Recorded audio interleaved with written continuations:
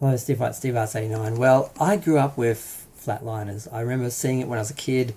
I watched it at uni when I was studying cinema and media, and I always thought it was a great film. It's got some great actors in it. And then they did a remake, and I thought I'll give it a chance. Um, I watched it because I couldn't quite sleep after I'd planned a couple of marathons of franchise films, and then I sort of thought, I can probably watch one more film before I have to sleep. So it had been sitting there for a while, and I didn't think I'd watched it. I couldn't remember if I'd watched it or not when I first got it. I thought, I don't think I have. I sort of had memories, and I'm like, was that Flatliners? I don't know. So I watched it, and it was really bad. Now it's got Ellen Page in it. Now I understand they are now Elliot, but I feel if an actor was sort of, I feel like Bruce Jenner in You Can't Stop the Music. I will refer to him as Bruce when I'm talking about that film because he was Bruce then, and she was Ellen then. So the film stars Ellen Page, now Elliot, and it's kind of weird to see them as she was because I'm sort of now more used to seeing Elliot. But yeah, so I didn't know she was in the film, but it's really badly written. It starts off with an absolutely unbelievable scenario where basically the Ellen Page character starts all this. She's like, I want to basically kill myself to see if there's anything to, death. Can we sort of scan the brain and find out what's happening at the point of death? Like, why does the brain act differently from the other organs when we shut down and die and everything? So, and she just calls two random friends down to this really unbelievable concept that there's basically this hospital that's set up for emergencies that's like underneath another hospital that's just well equipped and just sitting there just to use in case of an emergency if like there's an end of the world scenario or something. And she's found it and got access to it. So she has this working hospital that she can use with brain scans and everything. Because I think they were like, how do we have them do these scans? How could they sneak in to the hospital and do this without being detected? Oh, well, we've just got this magical hospital that was, built under the other hospital that you just go to. And I'm like, this is ridiculous and unbelievable. So that's the first issue. The hospital existing under there, the access, the place that this whole sort of takes place. The second issue is the fact that she just calls these guys down and she's literally telling them in the 2 minutes it takes to basically get herself on the thing and ready to be killed. Look, I want you to do this. I already signed waivers. If it goes wrong, you'll be fine. Just do this for me. With no real explanation, no real planning, and the idea that people will jump in on this just without any sort of prior... Because the idea of a bunch of students getting together and coming up with this idea and working on it together like in the original film really worked and was really believable. This is just unbelievable. The setting, the scenario, the way the characters react. Because of course one is like, oh my god, I can't do this, and the other guy's like, okay, I'm going to do this. So they kill her, they bring her back, they're all excited, they go out, they party, they drink, there's a whole like scene where they're partying and drinking, and I'm like, I don't really think that would be the reaction. I don't really think these characters aren't believable. So that's the main issue with the film. The setting and the characters are unbelievable. Let alone, because you already have a fantasy scenario or a supernatural scenario of people dying and coming back and what that means. And that is its own sort of issue to sort of, you have to make a leap of faith to sort of believe and, then, so you need to have really believable characters and really believable setting to sort of make something like that believable, but they don't have anything in this film. So they bring in other students. There's like 3 other students. The Ellen Page character is killed right away. Now she sees something right away, doesn't tell them, and then lets other people flatline. The second person flatline. She could have stopped the others from flatlining once she sort of realised there was something happening. She doesn't do it. She originally did this not because she wanted to explore science, but she just wanted to see if there was an afterlife because her sister had died and she blamed herself for it. And the ghost of the sister kills her.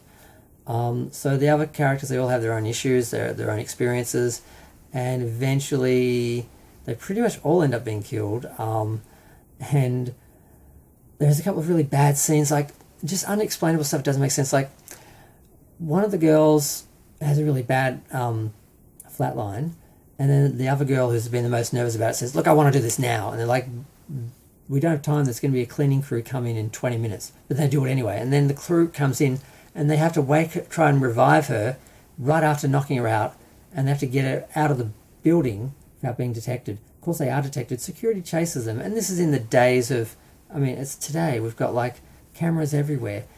They run away in a car, and I'm like, how do they not trace the license plate? They were right. There's no way the security guards wouldn't have gotten the license plate. They basically break out of this building in their car, and they're like driving around the streets crazy, just about killing themselves, about killing other people in this big escape chase scene where no one's chasing them. And it's just ridiculous, like these scenes in the bars where they're partying and that. It's just, nothing about this film is believable. The main conceit is the most believable thing. It's more believable than the characters. Maybe that was their idea. Well, let's just make these characters and the real life scenario so ridiculous that the paranormal sort of element seems believable. I don't know. I don't think that was intentional, but it's almost like that. So we get to the end, and I just didn't care. It was just awful. Like I said, the setting didn't work, the characters didn't work, the scenarios didn't work. Some of the actual killings are kind of interesting. Like there's a guy haunted by an abortion he made his girlfriend have, but then he finds out that she actually had the child. So there wasn't a ghost, but what was he haunted by then? His own guilt? Like, that didn't make a lot of sense. There's another girl who shamed a girl. She put out her photos online because she was doing better in school than her, and she sabotaged her. She just totally forgives her, and I'm like, that's not believable. And the fact she goes to her, it's so narcissistic. These people go running around for forgiveness because they believe if they get forgiveness from the people they wronged, they'll escape this curse or this whatever's killing them. And then none of them are doing it for the right reason. They're all just these narcissists, and it's all about them, and that's not played as it should. It's just sort of a given. It's like, well, of course they go and get forgiveness because it's just too much. This is an awful film, and I'm really surprised it was as bad as it was. Ellen was good in it though. I've not really seen her in a film. I've seen her only doing that TV series where she went around the world with a friend exploring how gay people are treated in different countries. That's the only time I've ever seen her on screen before she became Elliot, and then I've seen Elliot be interviewed a lot and sort of be in the media and that. So this is the first time I've seen her act, and she's a good actress, but she was a good actress. But the story, the characters, the setting, just none of it worked. It didn't have the darkness, the atmosphere, the mise-en-scene or anything like that. It was just, I don't know why I expected more of it, because a lot of reboots and remakes are bad, but for some reason I just thought, as Flatliners, it'll be good. How can you get that wrong? It's such a simple, brilliant concept, and they managed to totally ruin it. And I thought this was going to be a 5-minute review because I've reviewed whole franchises and talked about like series of films in less time than this, but there's just so much wrong with it to talk about. So just don't see this film. It's just bad. Unless you want to see a bad film and just sort of laugh at how bad it is. The characters actually, some of them are almost likable actually for a moment. So even though they're unbelievable, they are almost likable. You almost feel bad for a couple of them being killed. There's another guy who's very serious. He likes another girl, and she was one who, like, I think she covered up someone that she caused them to die because she messed up one of the medications, and she covered it up because she didn't want her whole career to be ruined by it. And this guy who likes her finds this out and like guilts her into coming forward, and she manages to just get a slap on the wrist, so she's quite lucky. But so that guy's kind of likable. She isn't, but like the Ellen Page character was likable. The guy he's a rich kid who lives in like a boat. He was the one who thought his girlfriend had an abortion because he paid for the abortion and then didn't show up and left her to handle it herself. That's why he didn't know she kept the baby in that.